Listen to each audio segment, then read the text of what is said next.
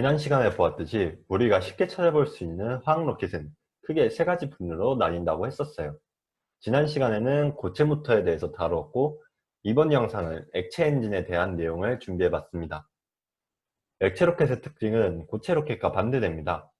고체 로켓과 달리 액체 로켓은 추력 조절이 가능하고 추력을 껐다가 켤 수 있다는 장점이 있죠. 탱크 크기만 키우면 되니까 대형화도 고체 로켓에 비해서 쉬운 편이고요. 그리고 고체 로켓에 비해서 무기당 추력이 크다는 장점도 있습니다. 그에 반해서 여러 장비를 탑재해야 하기 때문에 만들기가 어렵기 때문에 가격이 비싸게 됩니다. 액체 연료 특성상 강산성 물질이 많아서 보관도 어려운 편입니다. 하지만 대형화가 쉽고 효율이 좋기 때문에 대부분의 대형 로켓에서는 액체 연료를 사용하게 됩니다.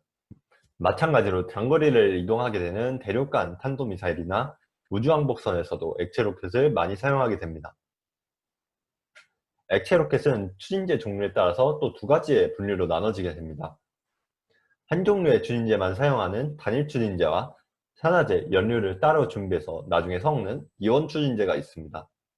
단일 액체 추진제는 추진제를 단순한 촉매 반응이나 아니면 가열, 가압 반응을 통해서 추력을 얻게 됩니다. 단순한 과정을 거치기 때문에 높은 신뢰도를 가진다는 장점이 있습니다. 주로 궤도에서 자세 제어 시스템 같은 작은 추력이 필요하지만 쉽게 고장나면 안 되는 부분에서 사용하게 되는 방식입니다. 이원 추진제는 우리가 흔히 알고 있는 산화제와 연료 조합으로 추력을 얻는 방식입니다. 단일 추진제 방식보다 훨씬 큰 추력을 얻을 수 있기 때문에 대형 발사체에서는 주로 이원 발사체 방식으로 추진제를 사용하게 됩니다. 단일 추진제로는 산화성이 좋은 주로 강산성의 물질들을 사용하게 됩니다. 과산화수소와 하이드라진이 대표적인 촉매 반응을 이용한 추진제로 꼽힙니다. 이 산화제들은 촉매가 당긴 망으로 분사가 돼서 반응을 한 후에 가스가 된 다음에 분출이 되게 됩니다. 산화에틸렌이나 니트로메탄은 추진제 자체가 굉장히 반응성이 좋습니다. 다른 말로 하면 조금만 충격을 줘도 바로 연소가 된다는 말이죠. 그래서 이런 추진제들은 그냥 분출만 하면은 연소가 돼서 바로 연소가스를 얻을 수 있습니다. 단일 추진제는 이렇게 반응성 좋은 물질들을 써서 간단한 방법으로 추진력을 얻을 수 있다는 것에 의의가 있습니다. 이원 추진제는 크게 네 가지 조합이 있습니다. 먼저 액체수소와 액체산소 조합은 우주왕복선에서도 쓰인 클래식한 조합이죠. 수소가 굉장히 좋은 연료이고 반응 후에는 물이 생성되기 때문에 친환경적으로 강한 추력을 얻을 수가 있습니다. 케로신이라고 부르는 등유 계열이나 아니면 메탄 같은 탄화수소 계열의 추진제와 액체산소 조합도 많이 쓰이는 조합입니다. 팔콘9이나 소유주 로켓이 이 조합을 사용하는 로켓이죠. 석유에서 뽑아내는 추진제이기 때문에 싼 값에 쓸 수 있다는 장점이 있습니다. 하이드라진과 질산 계열 산화제는 좋은 반응성을 가진다는 장점이 있습니다. 하이드라진은 단일 추진제로 쓸 정도로 반응성이 좋은 물질이기 때문에 확실하게 강한 추력을 얻을 수 있다는 장점이 있습니다. 다만 이 조합 같은 경우에는 두 산화제와 연료 모두 독극물 수준의 물질이기 때문에 취급에 주의해야 하고 반응 결과물도 환경에 나쁜 영향을 주기 때문에 요즘에는 잘 쓰이지 않는 편입니다. 에탄올과 과산화수소 조합도 예전에는 많이 쓰이던 조합입니다. 옛날에 독일의 V2 로켓이 사용하던 조합인데 소형 로켓에서는 아직도 이 조합을 사용하는 경우가 있다고 합니다.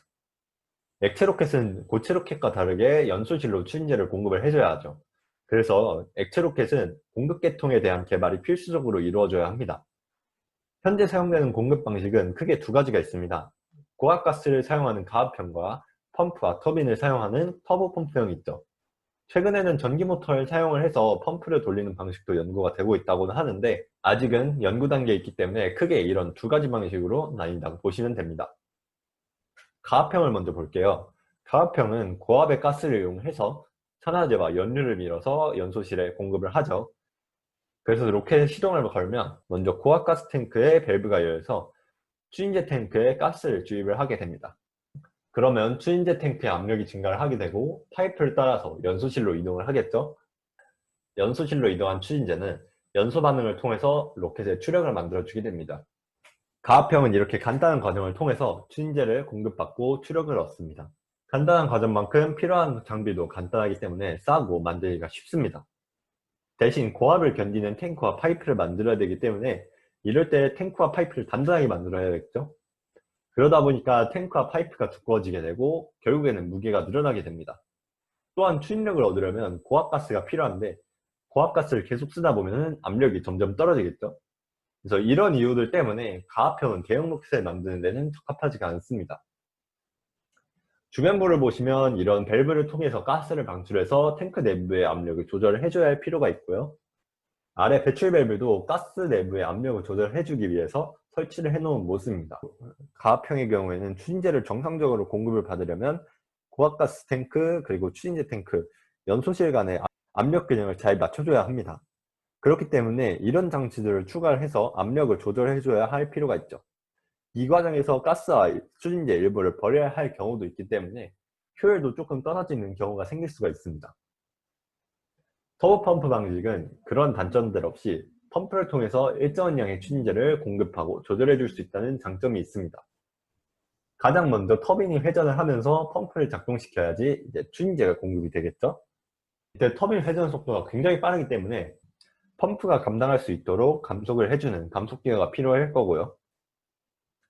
터빈에서 동력을 받은 펌프가 작동을 하면서 이제 추진제를 탱크에서 뽑아오게 되겠죠.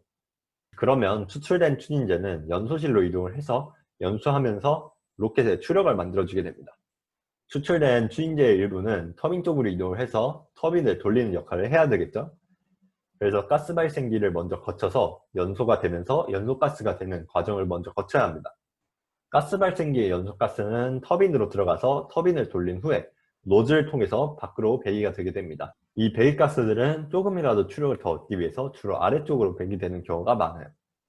근데 로켓이 처음 시동을 걸 때는 터빈이 안 돌고 있을 거고 추진제 공급도 안 되고 있는 상황이겠죠. 그래서 로켓이 시동을 걸 때는 터빈을 처음 돌려줄 장치도 하나 추가로 필요하게 될 거예요.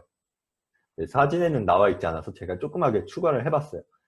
이제 따로 있는 시동 장치에서 가스를 만들어내면 이 가스를 이용해서 처음 터빈을 돌리면서 로켓이 작동을 하게 됩니다.